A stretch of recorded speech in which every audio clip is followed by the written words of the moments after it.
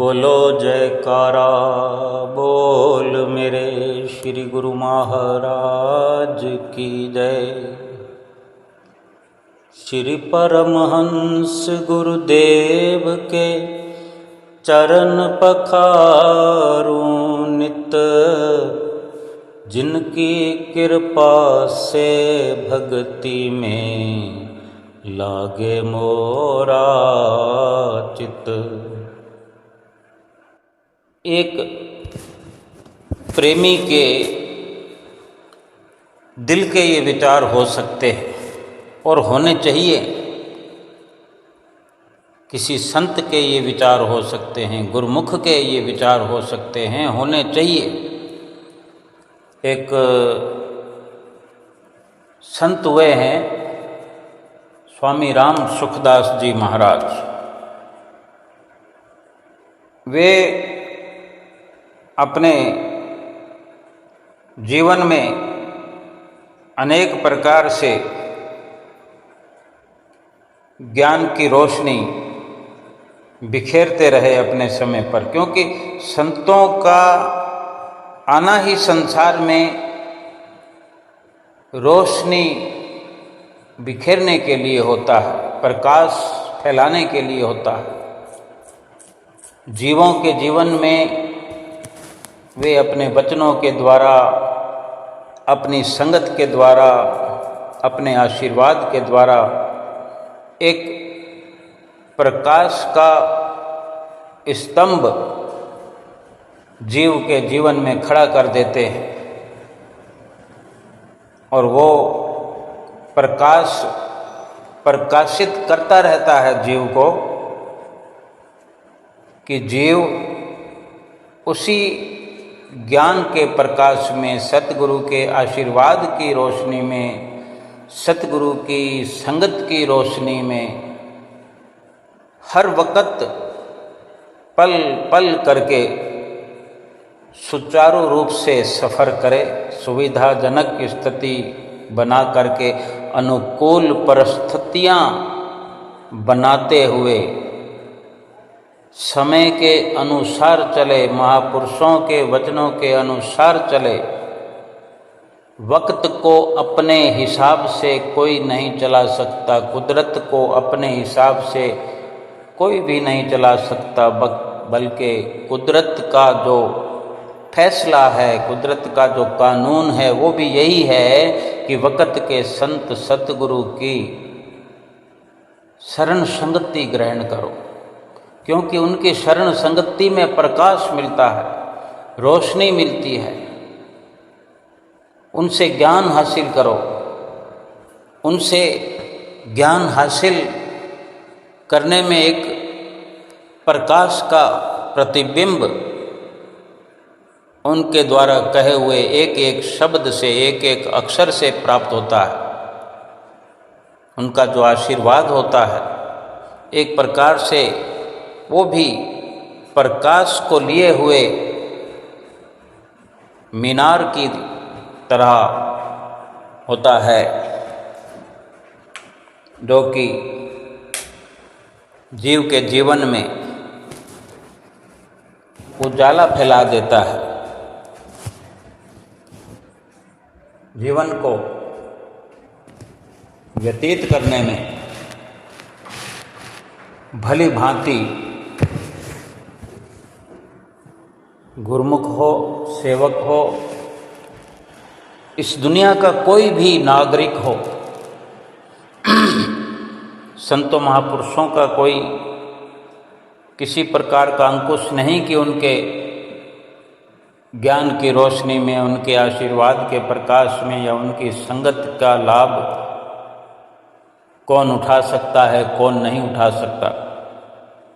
हर किसी के लिए ये संतों महापुरुषों की ओर से सुविधा सबको व्याप्त है, लेकिन लाभ उठा वही पाते हैं जो उनके संपर्क में आ चुके हैं, और उन्हीं के लिए विशेषकर संतों महापुरुषों का ये समझाना होता है, क्योंकि जो जो कमी जीवन में रख छोड़ता है इंसान जो गुरमुख हैं, प्रेमी हैं। कमियों से सराबोर है। गुरमुख बार बार भटक जाते हैं, सेवक भी फिसल जाते हैं। मोह का, माया का, काल का ये पसारा बड़ा विचित्र है, बड़ा भयावह है। ये काल का जो चक्र चल रहा है ये बड़ा भयावह है, डरावना है। ये संसार सागर बड़ा ही डराने वाला है, झकझोर के रख देने वाला है। जीव समझ नहीं पाता कि क्या करूं क्या ना करूं। लेकिन खास करके गुरुमुख प्रेमियों को विचार करना है, सोचना है कि जिसको नाम की बख्शिश हो गई हो, जिसको नाम मिल गया हो और नाम न जपे, सुमरन न करे, भजन अभ्यास न करे, उसके लिए महापुरुषों का ये समझाना भी होता है। महापुरुषों का एक प्रकार से पूछना भी है। पूछते हैं कि सुमरन करना नहीं था तो नाम लिया ही क्यों था? क्या एक प्रकार से हम ये धोखा नहीं कर रहे हैं, या कहीं ये झूठ के दायरे में नहीं आ रहा? हमने ये कह करके नाम लिया कि सुमरन किया करेंगे और सुमरन नहीं कर रहे हैं, तो ये धोखा भी हो सकता है, झूठ भी हो सकता है, छल कपट भी हो सकता है। तो हमको ये विचार करना है, क्योंकि संत महापुरुष हम ही से उम्मीद लगाए हुए, हम ही से सवाल पूछते हैं। हमें टटोल कर अपने आप से जवाब मांगना है, और जो संतों महापुरुषों की ओर से हमें सुधार करने का अवसर मिलता है, जो बार बार वो इशारा करते हैं, उस पर चलने की कोशिश करते हैं। क्या फरमाते थे जो श्री राम सुखदास जी महाराज संत हुए हैं राजस्थान में, एक एक जगह पर 4-4 महीने रुक करके सत्संग की वर्षा किया करते थे, अनमोल वचनों की बरसात किया करते थे। बड़े बड़े सेठ, साहूकार, धनाढ्य उनके सानिध्य में रहा करते थे, लंगर चला करते थे, आज भी चलते हैं। लेकिन वो संत अंतर्ध्यान हुए, वे अपने वचनों में, अपने सत्संग में क्या फरमाया करते थे, ये विचारणीय है। आज हम अपने श्री गुरु महाराज जी के सानिध्य में रहते हैं। कौन अमीर है, कौन गरीब है, कौन ऊंच है, कोई नीच है, क्या किसका वंश है, क्या कुटुंब है, क्या जात है, क्या पात है, कभी नहीं पूछते हमसे। लेकिन एक सवाल तो हमें हुजूर गुरु महाराज जी भी पूछते हैं। श्री परमहंस दयाल महाराज जी, पहली पातशाही गुरु महाराज जी पूछते थे, दूसरी पातशाही गुरु महाराज जी पूछते थे, तीसरी पातशाही गुरु महाराज जी भी पूछते रहे और जोर देते रहे। केवल पूछते नहीं थे बल्कि जोर भी देते थे। और इसी प्रकार चौथी पातशाही गुरु महाराज जी, पंचम पातशाही गुरु महाराज जी और हुजूर गुरु महाराज जी को हम नित्य प्रति देखते हैं पूछता हुआ, सुनते हैं उन्हें सवाल पूछता हुआ, और समझते हैं उनको हिदायत करता हुआ। जोर देकर कहते हैं कि सुमरन तो करना है और अवश्य करना है।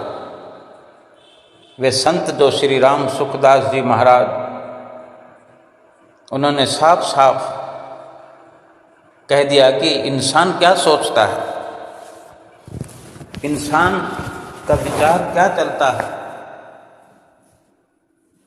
नाम जपने वाले के लिए जिसकी जिम्मेदारी, जिसने स्वयं अपनी जिम्मेदारी नाम जपने की ले ली है, जिसने अपना कर्तव्य समझ लिया, एक बार अपने सतगुरु से वादा कर लिया है, वचन दे दिया है कि मैं सुमरन करूंगा, मुझे नाम दे दीजिए, फिर ढील किस प्रकार की हम कर देते हैं, करते रहे और फिर करते रहेंगे। ये कैसा वादा हमने किया? हमसे सतगुरु पूछते हैं, हुजूर गुरु महाराज जी पूछते हैं, विशेषकर ये सवाल पूछते हैं, सेवा का बेशक जिक्र करते हैं, लेकिन सुमरन के लिए जोर दे करके वचन क्यों फरमाते हैं? हम सतगुरु के इशारों को समझा करें कि अगर बार बार एक ही बात पर जोर देते हैं तो समझने की जरूरत है। बार बार हमें अपने वचनों की, अपने ज्ञान की रोशनी में लाकर खड़ा करते हैं और हम इधर उधर फिर भटक जाते हैं। वे संत श्री राम सुखदास जी महाराज जो अपना अनुभव बताते हैं कि संसार में किसी से अगर पूछा जाए कि सबसे बड़ा क्या है, रुपया या ईश्वर, तो जवाब एक ही निकल कर आता है कि बड़ा तो रुपया है। वो सीधे सीधे कोई नहीं कहेगा, यूं कोई नहीं कहता कि रुपए की हम ज़्यादा कदर करते हैं, लेकिन सम्मान रुपए का ही कर रहे हैं। कहीं भी कुटिया में बैठे हों, सत्संग सुन रहे हों, दरबार में बैठे हों, सत्संग सुन रहे हों, अगर कह दिया जाए कि आज 2 घंटे सत्संग और होगा, केवल सत्संग ही चलता रहेगा, तो सोचो कितने लोग बैठे रहेंगे, थक जाएंगे। वे महापुरुष राम सुखदास जी महाराज भी अपने वाणी में यही कहते हैं कि जब नाम लेते हो तो जपते क्यों नहीं? अगर नाम ले करके, वादा करके नहीं अमल करते हैं तो एक प्रकार का विश्वासघात हो गया ये। और वे अपने अनुभव से बताते हैं, शास्त्रों के वचनों के अनुसार बताते हैं कि विश्वासघात से बढ़कर कोई भयंकर पाप नहीं है। अनेक अनेक पाप हैं यूं तो, लेकिन विश्वासघात के पाप को शास्त्रों ने बढ़ चढ़ करके माना। बेशक श्री गुरु महाराज जी के चरणों में आकर के हम बड़ी ऊंचाई पर आकर के एक शुरुआत करते हैं भक्ति के जीवन की, पाप कर्मों को काटने की शुरुआत करते हैं, भक्ति के उच्च स्तर पर पहुंचने की एक शुरुआत करते हैं, लेकिन केवल शुरुआत ही करते हैं और फिर सफ़र नहीं करते। फिर लाभ कैसे होगा, कैसे पाप कटेंगे? केवल शुरुआत कर देने से कोई काम नहीं चलता। आज दुनिया में देखते हम, कहीं सड़क का उद्घाटन हो रहा है, कहीं बड़े बड़े अस्पतालों की नींव रखी जा रही है, बड़े कॉलेजों की नींव रखी जा रही है, नींव रख दी जाती है, हजारों की भीड़ एकत्र कर ली जाती है, मुहूर्त हो जाता है, लेकिन उसकी 4 दीवारी तक खड़ी नहीं होती, तो फिर क्या वो किसी को लाभ मिल सकता है? जिस कॉलेज की केवल नींव भर करके छोड़ दिया जाए, क्या उसमें बच्चे पढ़ेंगे? डिग्रियां मिलेगी बच्चों को, किसी को एजुकेशन मिल सकती है, ज्ञान हासिल हो सकता है। ऐसे ही कोई अस्पताल की नींव हो तो क्या उसमें किसी का इलाज हो सकता है? मुकाम पर हर कार्य को पहुंचाना पड़ता है। जिस भक्ति की नींव सतगुरु हमसे रखवा रहे हैं, मुहूर्त करवा रहे हैं, करवा दिया है, नाम की बख्शिश कर दी है, और हम नाम नहीं जपते हैं, केवल नींव डाल करके छोड़ दी है, उसका लाभ कौन उठाएगा? हम तो नहीं उठा सकते। और दूसरा, कैसे उस नींव पर, यानी हमारे अंदर बैठ कर के कोई दूसरा कैसे सफ़र करेगा, कैसे सुमरन करेगा, कैसे भजन करेगा हमारे हिस्से का। हमने हमारे हिस्से का खाना है, हमारे हिस्से का हमने करना है, हमारे हिस्से का ही हमने भुगत रहा। आज जो भुगत रहे हैं हम अपने हिस्से का भुगत रहे हैं। क्या किसी के दूसरे के हिस्से का दुख कोई जाकर भुगत लेगा? जब हम अपने हिस्से का आराम खुद पा लेना चाहते हैं तो अपने हिस्से का दुख परेशानियां वो भी तो खुद को ही भुगतना पड़ेगा। यानी अपने ही आप से हम विश्वासघात करते हैं, अपने सतगुरु से झूठ बोलते हैं, किया हुआ वादा नहीं निभाते हैं, वादा खिलाफी विश्वासघात होता है। इससे बढ़कर कोई पाप नहीं है। दूसरे पाप चाहे कैसे भी हों, उनका फल भुगतान हो जाता है, फल भुगतने पर वो पाप नष्ट हो जाते हैं। पर विश्वासघात रूपी जो महापाप है ये नष्ट होता ही नहीं है। शास्त्रों में ऐसा कथन आया।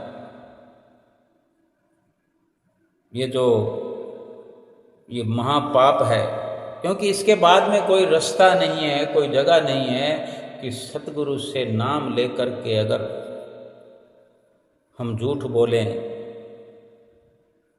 नाम न जपें, जैसे ब्रह्म हत्या का, शराबी का, चोर का कोई व्रत रख करके हमने भंग कर दिया हो, ऐसे कोई पाप हो, यानी ब्रह्म हत्या की हो, किसी ने ब्रह्म की हत्या की हो, इनका वर्णन आया है, शास्त्रों में लिखा गया है कि इन सब के प्रायश्चित का विधान है भी, कभी ना कभी उन पापों से मुक्त हो सकते हैं। पर ये जो विश्वासघात है, कृतघ्न का दर्जा मिल जाता है कि जो विश्वास के काबिल ना हो, जिसने विश्वास तोड़ दिया हो, वो कृतघ्न कहा जाता है। उसके उद्धार का कोई उपाय शास्त्रों में नहीं लिखा। सतगुरु की चरण शरण में तो वो भी मुमकिन है, लेकिन सुमरन भजन अभ्यास न करें तो फिर वो मुमकिन भी नामुमकिन हम स्वयं बना देते हैं। विश्वासघात तथा मित्रद्रोह करने वाले मनुष्य की गति का वर्णन वेदों में भी नहीं मिलता कि क्या इलाज करें। जब वेदांगों में वर्णन नहीं है तो पुराणों का तो फिर कहना ही क्या है। वे राम सुखदास जी महाराज और बहुत कुछ कथन करते हैं कि वे जो आज की संसार जगत की रचना के बारे में समझा रहे हैं, उदाहरणों के माध्यम से समझाते हैं कि आज दुनिया में पूरा जो संसार में विश्वासघात करना, आज दुनिया के सारे व्यापार में, हर क्षेत्र में, यानी हर प्रकार से, ये केवल व्यापार की बात है कि कोई लेन देन हो, दुकानदारी हो, 10 का माल लिया उसको 12 में बेच दिया, 15 में बेच दिया, 20 में बेच दिया, ये तो व्यापार की बात हुई। यहाँ तो विश्वासघात किया ही जाता है, बल्कि हर क्षेत्र में, यानी हर प्रकार से संसार में हर स्थिति में। कोई रिश्ता कहीं किया जाता है तो हम अनेक झूठ बोल जाते हैं। हमारा लड़का हो या लड़की तो हम पुल बांध देते थे, हमारा लड़का ऐसे है जी, हमारा लड़का ऐसे है जी, हमारी लड़की ऐसे है जी, हमारी लड़की ऐसे। फिर क्या होता है, पोल खुल जाती है और किसी से लेन देन का विश्वासघात हो, किसी से वादा खिलाफी हो, कई प्रकार के, किसी को ठगने के लिए प्लानिंग तैयार की जाती है। वे संत फरमाते हैं कि शास्त्रों में जो कथन है, ये जो संसार में विश्वासघात का एक होना आज सामान्य बात है, इस पर कोई गौर नहीं फरमाता। अगर कोई उसे समझाए इंसान को, भाई ये देखो ये विश्वासघात की बात, कि सब चलता है, यही कहते हैं वो कि आजकल सब चलता है, रोजी रोटी कमाने के लिए करना पड़ता है। तो शास्त्रों में ये तो लिखा जाता है, राम सुखदास जी महाराज अपनी वाणी में कहते हैं कि ये जो आज इस दुनिया में आम बात हो गई है, चाहे धन का हो, स्त्री धन का हो, विश्वास रूपी धन का हो, द्रोह की बात हो, पैसों के हिसाब ले तो इंसान किसी भी प्रकार से दूसरे का पैसा अपनी जेब में डाल लेना चाहता है। उधार पैसा हड़पने में सब चतुर हो रहे हैं, और ये चतुराई किस काम आएगी? इंसान बेशक सोचता है कि ये मेरा धंधा है, हेरा फेरियाँ करना, किसी को धोखे में रखना। वो सोचता है कि मैंने तरकीब लगा करके मैंने चतुराई से धन कमा लिया। इस चतुराई का अंजाम क्या है? इस चतुराई से नरकों में पहुंचने का हम खुद इंतजाम कर रहे हैं, अपने पांव पर कुल्हाड़ी मार रहे हैं। ये चतुराई नरकों में जाने के लिए बहुत काम आएगी।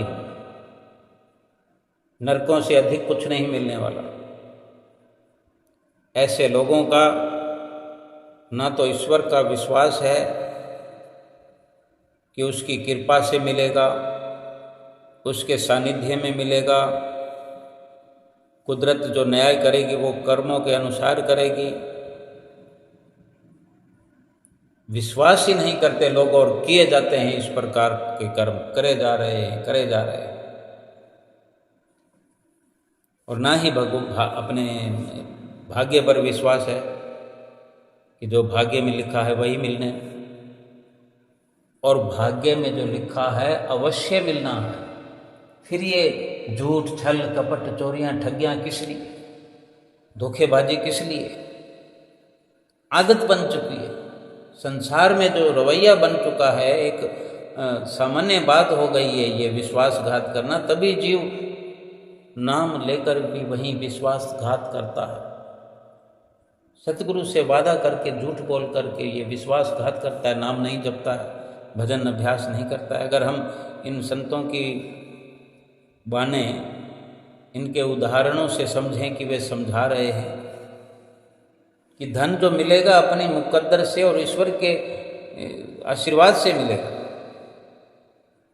फिर ना तो हम अपने मुकद्दर पर विश्वास करते हैं, ना ईश्वर पर विश्वास करते हैं, ना अपने पर विश्वास करते हैं। ईश्वर का विश्वास करना अपने पर विश्वास करना ही है। अपने पर विश्वास करना ये भी है कि हम मेहनत करके कमा लेंगे। कम से कम इतना विश्वास तो अपने आप पे करें। सफलता या विफलता वो भी अपने मुकद्दर पर है, लेकिन कम से कम एक अपने अंदर ऐसा स्वाभिमान तो खड़ा करें कि अपनी मेहनत से कर लेंगे। एक लिमिट तक ही एक दायरा बनाएंगे जिसमें हम लोगों के लिए एक मिसाल बने कि कोई सामान खरीदना है तो खरीदने के बाद उसको कम से कम मार्जिन में बेचना, ताकि विश्वास की पात्रता का स्तर ऊंचा हो। और इस प्रकार से जिसका स्वभाव बन जाता है, जिसका अभ्यास बन जाता है, जिसकी आदत बन जाती है, वो सतगुरु के सानिध्य में आकर के जो नाम की बख्शिश प्राप्त करता है और जो वचन देता है, तो उस वचन पर भी खरा उतरता है, क्योंकि उसका अभ्यास पक्का है। संसार के स्तर पर जो अपने आप को पहले से परिपक्व करके भक्ति के क्षेत्र में, भक्ति की राह में कदम रखता है, उसी की भक्ति परवान चढ़ती है। वो संत फरमाते हैं कि जो सोचता है कि विश्वास तो है अपना धोखे पर, विश्वासघात पर, बेईमानी पर, ठगी पर। हमारा विश्वास भगवान पर नहीं है, ईश्वर पर नहीं है, सतगुरु पर नहीं है, ना अपने आप पे है। बस इन चोरियां ठगियां जो हम करते हैं, इसी पर विश्वास है कि रुपया कमाने का तो यही तरीका ठीक है, आसान। बस मुफ्त में पैसा मिल जाए, मेहनत कम करें, पैसा ज़्यादा से ज़्यादा मिल जाए। क्या करेंगे पैसा? उनके भीतर ये विचार ही पैदा नहीं होता कि जब मौत आएगी तब एक कौड़ी भी साथ चलेगी नहीं। क्या कोई ले गया है तो बताओ?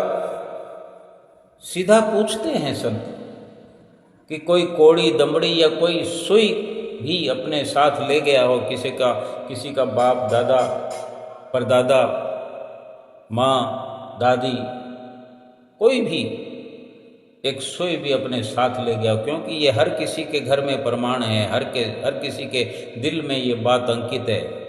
किसी न किसी ने अपने घर से किसी न किसी को रुखसत किया है, इस दुनिया से विदा किया है, तो अवश्य पड़ताल की होगी कि वो क्या क्या साथ ले गया या ले गई। हर कोई ये देख करके बैठा है कि सब कुछ खाली, ये जो शरीर की ये चमड़ी, जो शरीर है, जो यही भी, इसी को भी घर वाले ही जला जलू कर नष्ट कर देते हैं, मिटा देते हैं, लेकर तो कुछ जाता ही नहीं। शास्त्रों में कथन है कि धनानि भूमो पशवश्च गोष्ठे भार्या ग्रह द्वार जनाः शमशाने देहस्य चित्यायाम परलोक मार्गे धर्मानुगो गच्छति जीव एकः। शरीर छोड़ते वक्त क्या, जब इंसान शरीर छोड़ता है उस वक्त धन तिजोरियों में पड़ा रह जाता है। धनानि भूमो, पुराने जमाने में धन भूमि के अंदर गड़ा हुआ रह जाता था, भूमि में गाड़ कर रखा जाता। उस वक्त उसी प्रकार के चोर आया करते थे। जब धन जमीन में गाड़ कर रखा जाता था तो उस वक्त जमीन से खुदाई करके निकाल लेने वाला, जो धन प्राप्त करने वाले चोर हुआ करते थे। ऐसे बड़े बड़े घर के अहाते होते थे, बड़े बड़े बरामदे होते थे, कच्चा जिनका वेड़ा होता था, उसी वेड़े में वो अपने इच्छा अनुसार थोड़ी सी खुदाई करके उसमें जमा कर दिया करते थे। कोई सोना चांदी, बहुत कुछ होता था। तो चोर उस वक़्त उसी प्रकार के होते थे कि वो वहीं सेंध लगाते थे जहाँ लगभग धन गड़ा होता था। आजकल तो मशीनों का युग है, मशीनें लगाकर चेक करते हैं, देखते हैं हम आज करोड़ों के करोड़ों रुपए एक घर में मिलते हैं, तो किस किस हालत में मिलते हैं। दीवार में चिनवा देते हैं नोटों को, पाइपों में, पानी के पाइपों में नोटों की गड्डियां डाल देते हैं, जो बाहर से दिखता है कि पाइपलाइन है, लेकिन अंदर से कोई पानी नहीं चल रहा होता, बिल्कुल दिखावा होता है। लेकिन मशीनें वो जांच करके बताती हैं कि इस पाइप में नोट है, पकड़े जाते हैं। बैंकों में रखा जाए, वहाँ पकड़ा जाता है।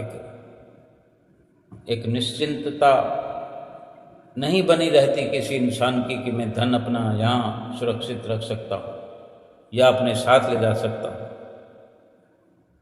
शरीर छोड़ते समय धन तिजोरी में पड़ा रह जाता है। पशु जहाँ तहाँ खूंटों से बंधे होते हैं, वहीं बंधे खड़े जाते हैं। साथ ले जाएगा क्या? जो मालिक है पशुओं का, क्या उसको भी साथ ले जाएगा? जो अपनी स्त्री है, जन्मों का, 7 जन्मों का वादा करती है फेरों के समय, अगर नहीं निभाया तो ये भी विश्वासघात हुआ। यानी जीवन में विश्वासघात करते करते जो भक्ति के मार्ग पर आता है, तो पहला विश्वासघात यही करता है कि भजन करने का वादा करता है और भजन नहीं करता, तो ये विश्वासघात हो गया। स्त्री जो है अपने घर तक के साथ चलती है, रोती पिटती है, उसको पकड़ लिया जाता, बिठा लिया जाता। पुत्र क्या करते हैं? शमशान में जाकर के शमशान तक साथ निभा के फिर उसको जला देते हैं। और ये जो शरीर है हमारा, इसने अधिक से अधिक साथ कितना दिया? साथ तो वहीं खत्म हो गया कि आत्मा निकलकर इस शरीर को छोड़कर चली गई। आत्मा इस शरीर को छोड़कर चली गई, तो चाहे आत्मा ने छोड़ा या शरीर ने छोड़ा, आत्मा जब गई तो शरीर साथ तो नहीं गया ना, तो शरीर ने साथ तो नहीं निभाया। थोड़ा और अगर मान भी लें, अगर आत्मा स्थित रहती है शरीर में तो शरीर को जला थोड़ी दिया जाएगा, आत्मा निकल जाती है। लेकिन फिर भी एक विधि के अनुसार, एक शास्त्रों के अनुसार, एक शरीर की गति करने का जो बना हुआ है, एक इस दुनिया का रिवाज बना हुआ है, उसके आधार पर अधिक से अधिक ये शरीर ही जो जाता है शमशान में। ऐसा मानते होंगे कि आत्मा शरीर में कुछ दिन तक रहती है। भला आत्मा के रहते हुए अगर कोई जला दे शरीर को तो वो चिल्लाता है, थोड़ा सा सेक आ जाए तो चिल्लाने लगता है। हाथ के एक अंगूठे को, एक उंगली को जला दिया जाए, पाँव के अंगूठे को, उंगली को किसी अंगारे से जला दिया जाए तो चीख निकल जाती है। आत्मा स्थित कहाँ से होगी उसमें? फिर ये भी कहा जाता है कि ये वहाँ वर्णन है, यहाँ वर्णन है, शास्त्रों में वर्णन है कि इतने 13 दिन तक आत्मा वहीं रहती है, उस घर में रहती है या उस शरीर के आसपास भटकती है। शरीर तो जला दिया गया। यहाँ तो समझने की बात इतनी है कि शरीर ने भी साथ नहीं दिया, शमशान में जा कर के जल करके राख हो गया, साथ छोड़ दिया। पशुओं ने साथ छोड़ दिया, धन ने साथ छोड़ दिया, स्त्री ने साथ छोड़ दिया, पुत्र ने साथ छोड़ दिया। पुत्र पुत्रनियाँ शमशान तक छोड़ के आ जाते हैं, चिता को आग लगा के छोड़ आते हैं। फिर परलोक में साथ गया तो क्या गया? शास्त्रों में लिखा जाता है कि धर्म साथ में जाता है। लेकिन इन सबसे बढ़कर जो सतगुरु की चरण शरण में नाम की कमाई का बखान होता है, ये साथ नाम इस संसार से जाते वक्त साथ जाता है। बेशक वो दिखाई दे, अगर आत्मा नहीं दिखाई दी तो नाम को दिखाई देने की क्या ज़रूरत है? जो चीज़ आत्मा के साथ जाएगी तो आत्मा का रूप बनकर जाएगी।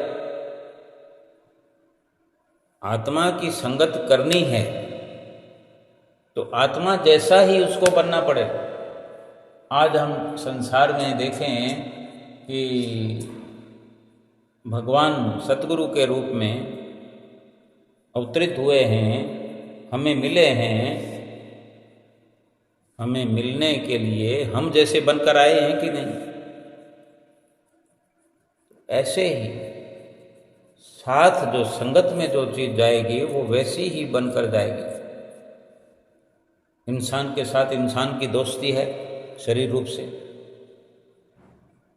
अब जानवर की दोस्ती का तो कोई ऐसा पुख्ता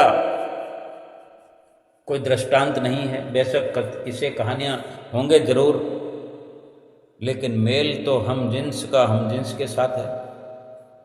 चिड़ियों के साथ चिड़ियाँ अच्छी लगती है क्या? चिड़ियों के साथ कबूतर बैठे हुए अच्छे लगते हैं? चिड़ियाँ क्या कबूतरों के साथ में बैठी हुई अच्छी लगती है? वो बैठना चाहेंगे? किसी का दखल होता है तो वो दूसरे पक्षी उड़ जाते हैं। हर कोई अपनी बिरादरी में, अपनी जिन्स में, अपनी नस्ल में। तो ऐसे ही साथ ले जाने वाली जो वस्तु है आत्म स्वरूप वस्तु होगी, क्योंकि साथ ले जाने वाला कौन है? आत्मा। और साथ जाने वाली जो वस्तु है वो आत्मा के इर्द गिर्द लपेटी जा चुकी है। जहाँ आत्मा जाएगी वहाँ चली जाएगी। चाहे पाप कर्म हो, धोखेबाजी हो, ठगीबाजी हो, झूठ छल कपट, ये सब हो, सब आत्मा को लिपटते चले जाएंगे और जाते वक्त वो साथ चले जाएंगे। यही तो मुसीबत है। बड़ा दुख तो यही है कि आत्मा अदर अमर है, आत्मा सात्विक है, आत्मा निर्लेप है, आत्मा सुख स्वरूप है, आत्मा निर्मल है, पाक साफ है। लेकिन ये जीव इस जीवन में जो लाग लपेट करता रहा, वही कर्मों के निशान बनकर उस पर उसको आत्मा को ढक लेते हैं, वो कर्मों का रूप बन जाती है। फिर वही भोग शरीरों को प्राप्त कर करके आत्मा भोगती रहती है। ऐसे ही भजन की कमाई, सुमरन की कमाई जो सतगुरु हमें फरमाते हैं, वो भी आत्मा पर ही अपना लिबास बन करके मंडरा जाती है और वही संग साथ जाती है आत्मा के।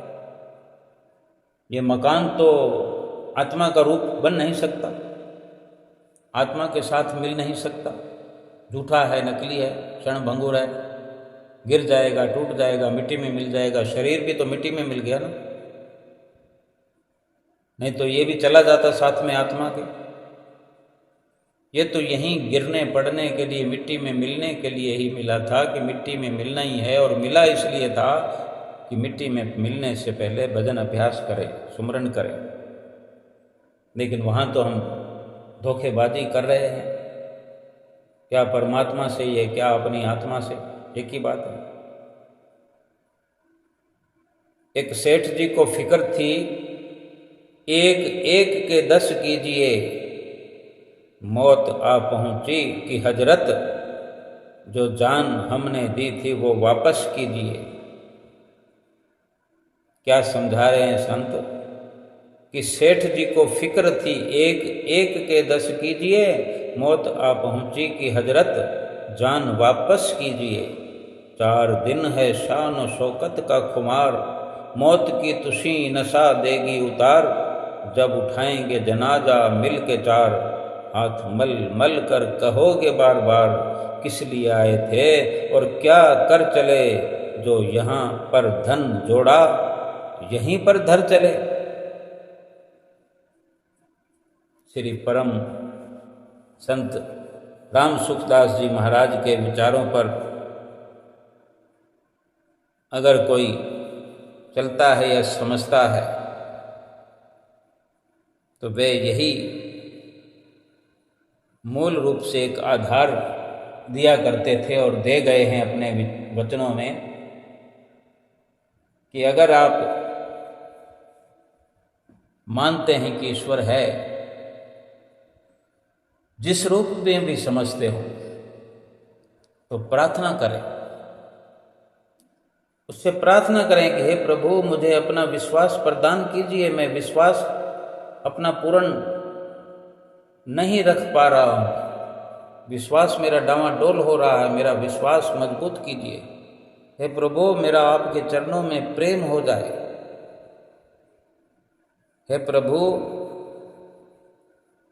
आप हमें प्यारे लगने लगे। हम तो उन्हें प्यारे लगते ही हैं। जो कुछ करना है वो हम पर निर्भर है कि हम उन्हें प्यारा बना लें। और संत महापुरुष जो बार बार हमें कहते हैं कि एक प्रोमिज तो हमने गर्भ जून में किया, माता की कोख में दुख उठाते हुए भगवान से पुकार लगाई, प्रोमिज भी किया कि मुझे एक बार इस नरक कुंड से बाहर निकालिए, मैं भजन करूंगा, सुमरन करूंगा। और फिर जब दूसरा अवसर मिलता है, जब भगवान से माता के गर्भ में ही पुकार कर करके दुखों से बेजार होते हुए ये वचन करते हैं कि बाहर निकलते ही मैं आपका भजन करूंगा, सुमरन करूंगा, जीवन अपना सफल करूंगा, और भूल जाते हैं। अब सतगुरु की शरण एक तो हर किसी को मिलती नहीं, और मिल भी जाए तो क्या पता किस उम्र के पड़ाव पर मिलेगी। कोई बचपन से ही, कोई कोख में ही सतगुरु से नाम की बख्शिश ले लेता है। कोई 1 महीना, 2 महीना, 4 महीने का बच्चा भी हो, उसको भी नाम दे देते हैं, उसके कान में फूंका मार देते हैं। एक कुदरत की तरफ से, कुदरत की ओर से प्रबंध तो है कि आप दुनिया में नहीं आए हुए हैं, आपको नाम की प्राप्ति हो जाएगी। और ऐसे अनेकों प्रमाण हैं, ऐसे दृष्टांत हैं।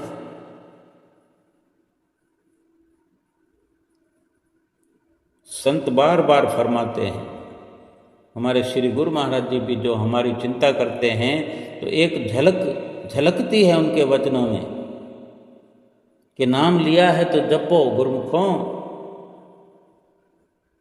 जिन्होंने आकर के नाम नहीं लिया हुआ है, क्या उनको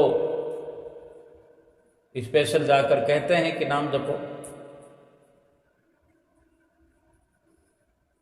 नाम लिया हुआ है उसी को कहा जाता है कि नाम जपो। समझना हमें है कि अगर नाम जपना नहीं था, धोखा करना था, फिर नाम क्यों लिया? क्यों झूठ बोलते हैं? कई भक्त जब नाम की बख्शिश पा जाते हैं, नाम की बख्शिश प्राप्त करते हैं, तो उन्हें बार बार कहा भी जाता है, प्रण कराया जाता है कि नाम लिया है तो फिर इसको जपना है। कितना जपना है? शास्त्रों में इसका भी है कि 2.5 घंटे का नाम जपना है। 2.5 घंटे यानी 10%, और हमें 2 घंटे तो कहा ही जाता है। 2 घंटे तो हमें भी कहा जाता है। फिर हमारे और भी नियम लागू हैं। श्री आरती पूजा है, सेवा है, सत्संग है, दर्शन ध्यान है, उन सब में समय देना पड़ता है। यानी ये वक्त निकालना होगा हमें, 2 घंटे 2.5 घंटे भजन सुमरण करना होगा। हम हाँ जी तो कर देते हैं, जिया स्वामी जी, जिया स्वामी जी, लेकिन फिर क्यों छोड़ देते हैं या शुरू ही नहीं करते? शुरू करने से पहले ही समझो छोड़ दिया।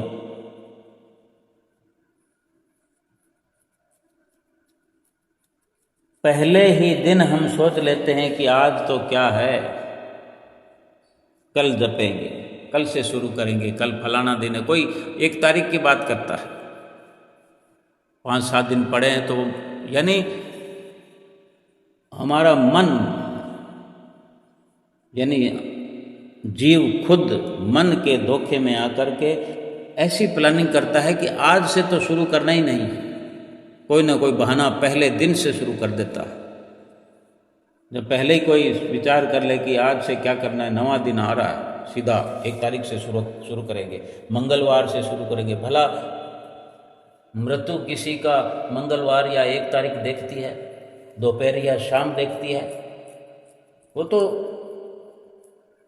कहीं से आनी थोड़ी है। कहते हैं कि मौत आ गई, मौत सिराने आकर खड़ी होगी, तो अब क्या हम कह सकते हैं कि अभी मौत हमारे सिराने पर खड़ी हुई नहीं है? या हम सड़क पर खड़े हैं तो क्या कह सकते हैं कि हमारी मौत हमारे सिराने पर पड़ी हुई है? हम अपनी मौत को साथ लिए हुए घूम रहे हैं। जब समय आएगा वो उसी वक़्त ऐसी टपकेगी कि साथ में हमें टपका देगी। हम भुलेखे में रहते हैं कि मौत आएगी, मौत आएगी। चलो कहीं से आना भी हो तो ये तो हमने देखा है कि वो आते कितना देर लगाती है। कोई माइक में अनाउंस थोड़ा ही करते हैं कि किसी का मोबाइल गुम हो गया है, किसी को मिला हो तो प्लीज़ दे दीजिए, या कोई मोबाइल मिला है किसी का हो तो निशानी देकर ले लीजिए। ये अनाउंस थोड़ी होगा कि भाई किसकी कब मौत आने वाली है। फिर हम क्यों ये इतना बड़ा रिस्क लेते हैं? 1 तारीख आने में 7 दिन पड़े, 8 दिन पड़े, 4 दिन पड़े। अभी से शुरू करके ये सोच लें कि 1 तारीख को हम छुट्टी कर लेंगे, और जब 1 तारीख आएगी तब अपना विचार बदल देंगे कि भी छुट्टी करने से कैसे पार पड़ेगी। ये तो रोज का काम है।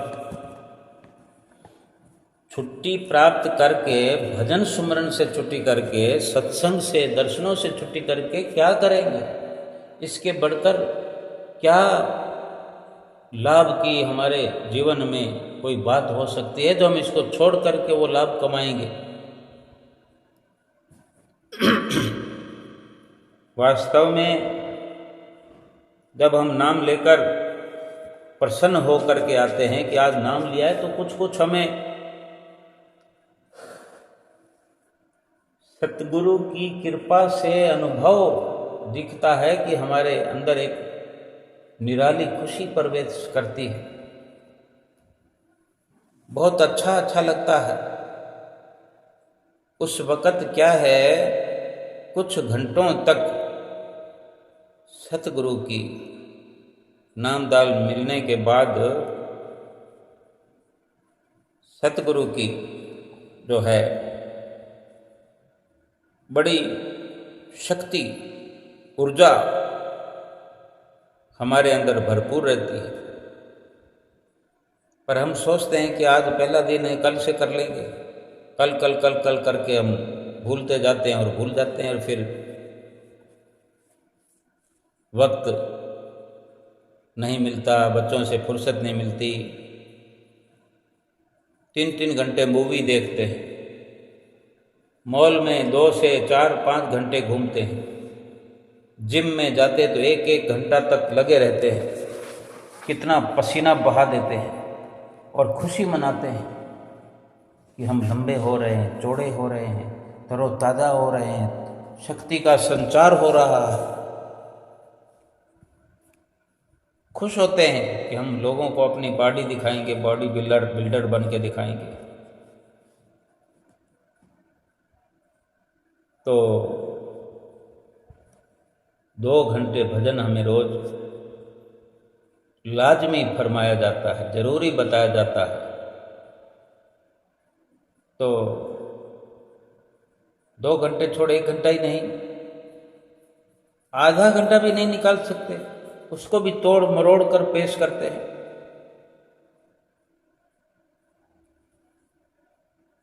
सतगुरु कभी भक्तों से अपने नाराज नहीं होते, पर कम से कम रोज 15 मिनट सिमरन तो कीजिए, चलते फिरते तो कीजिए।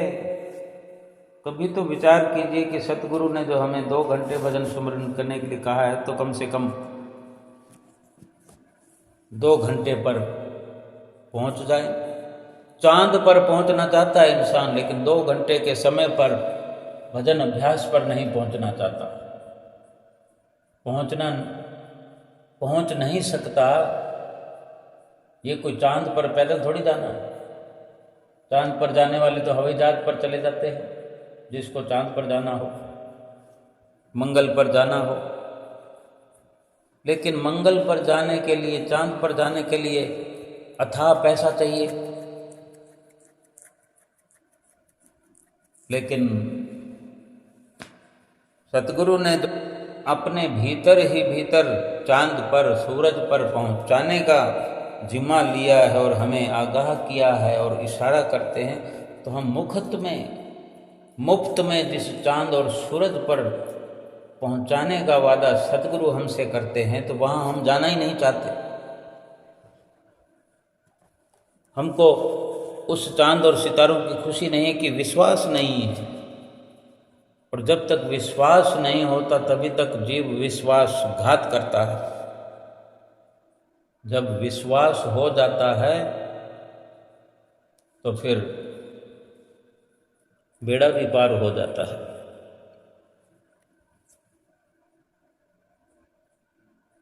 यानी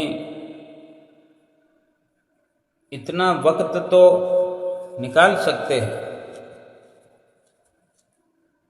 सतगुरु हमें वो सब देंगे जिसके पीछे हम भाग रहे हैं।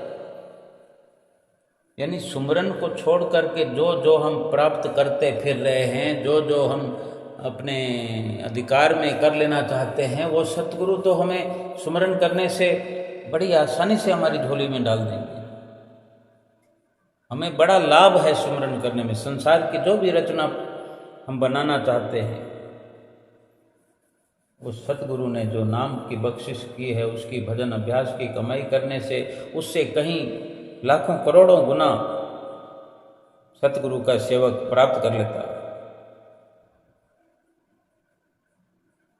वक्त निकालिए और पूरा समय सुमरन को अंजाम दीजिए।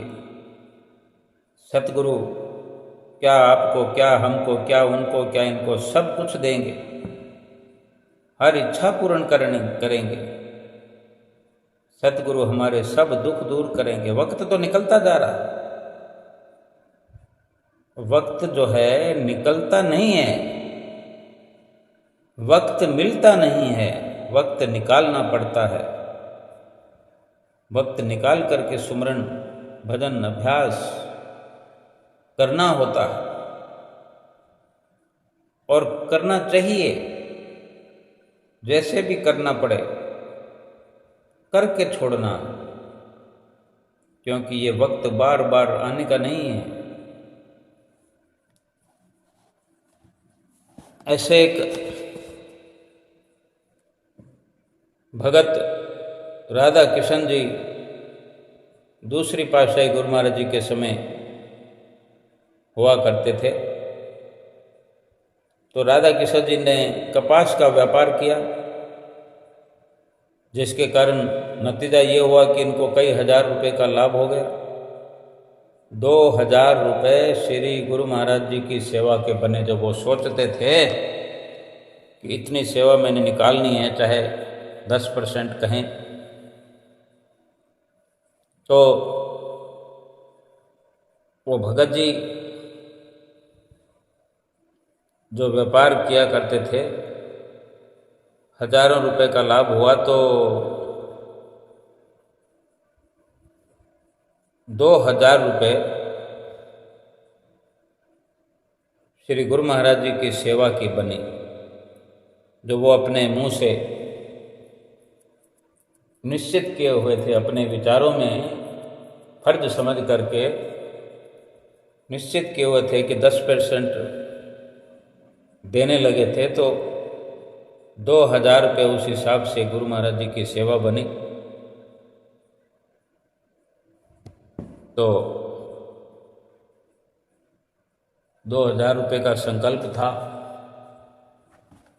कि इतने रुपयों में 2000 रुपये मैंने देने, सस्ता जमाना था। अब वो था तो सेठ ही,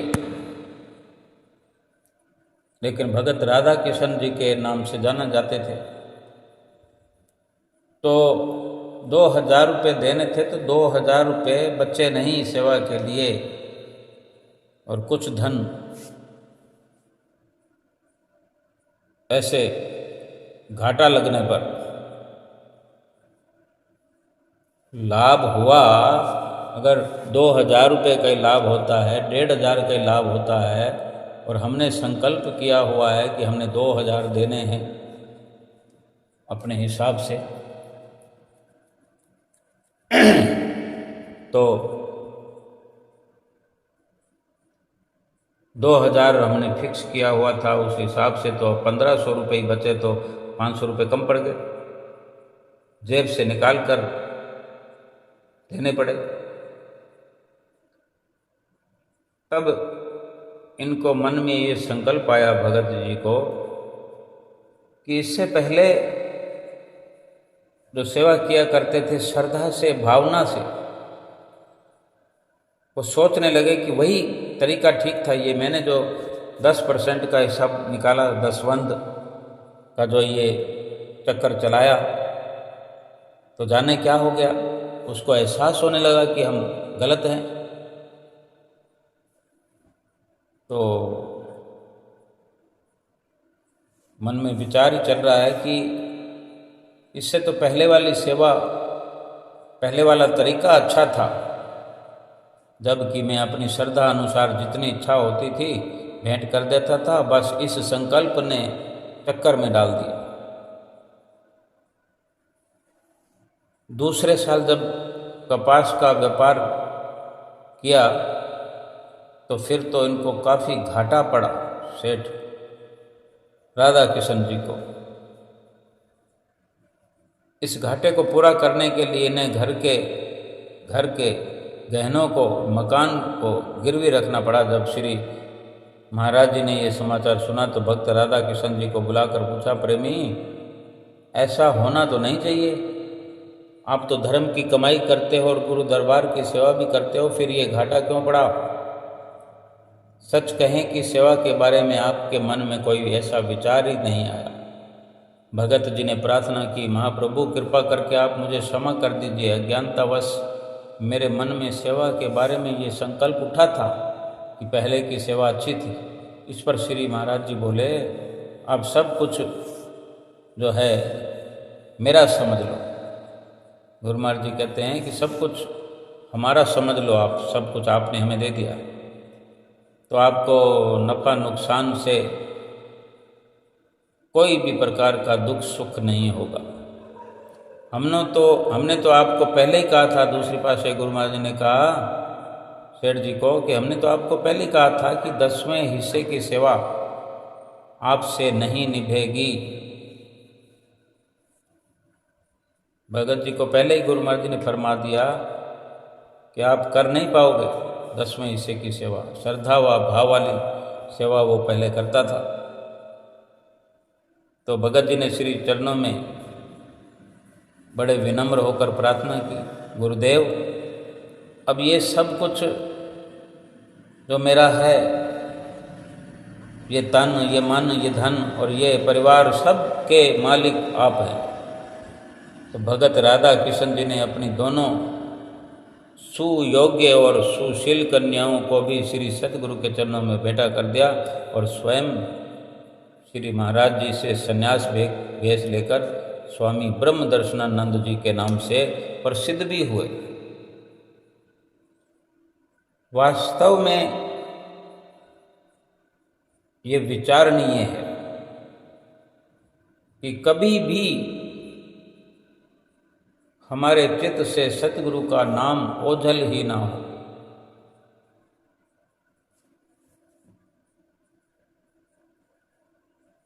सतगुरु एक समुद्र है जिनकी दया की कोई सीमा नहीं। परमात्मा का शुक्र है कि सतगुरु ने हमारे ऊपर रहमत की वर्षा की है। जो भी जीव अपने हृदय में सतगुरु नाम का पौधा लगाता है, सतगुरु से नाम प्राप्त करता है, आखिर में उन्हें मुक्ति रूपी फल जरूर मिलता है। लेकिन नाम सुमरण के बिना नहीं। हम भी आप ही के प्रेम के बगीचे से चुने हुए फूल हैं।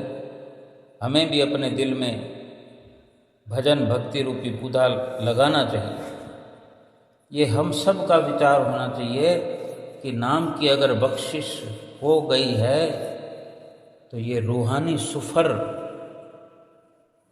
किसकी इंतज़ार में हम रोके हुए हैं?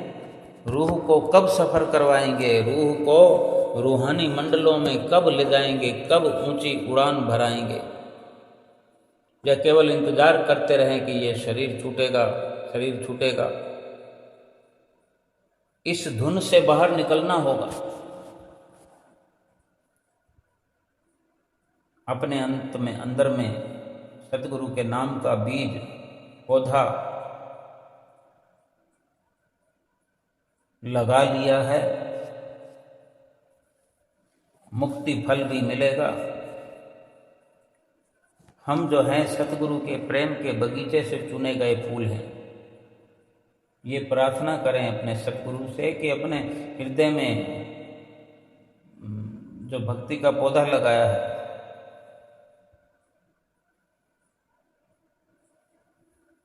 जो लगना है, उसके लिए बार बार प्रार्थना करनी है।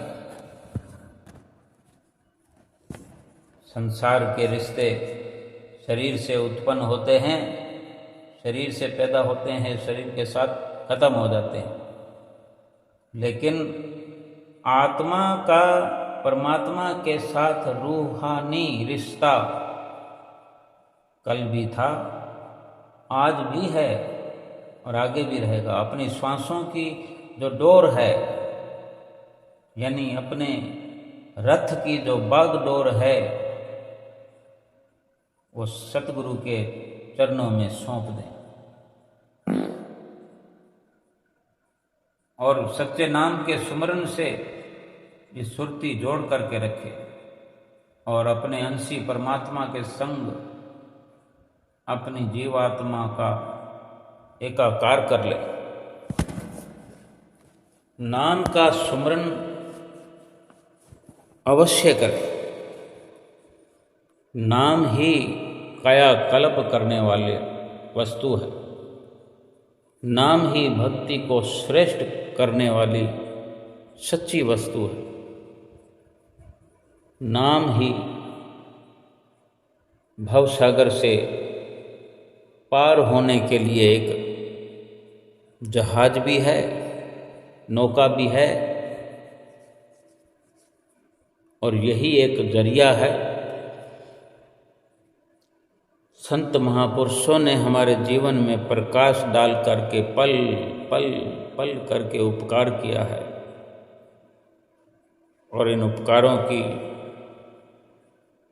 आज के सत्संग की सभी गुरुमुख प्रेमियों को लाखों लाख बधाई हो, बधाई हो, बधाई हो। बोलो जयकारा बोल मेरे श्री गुरु महाराज की जय।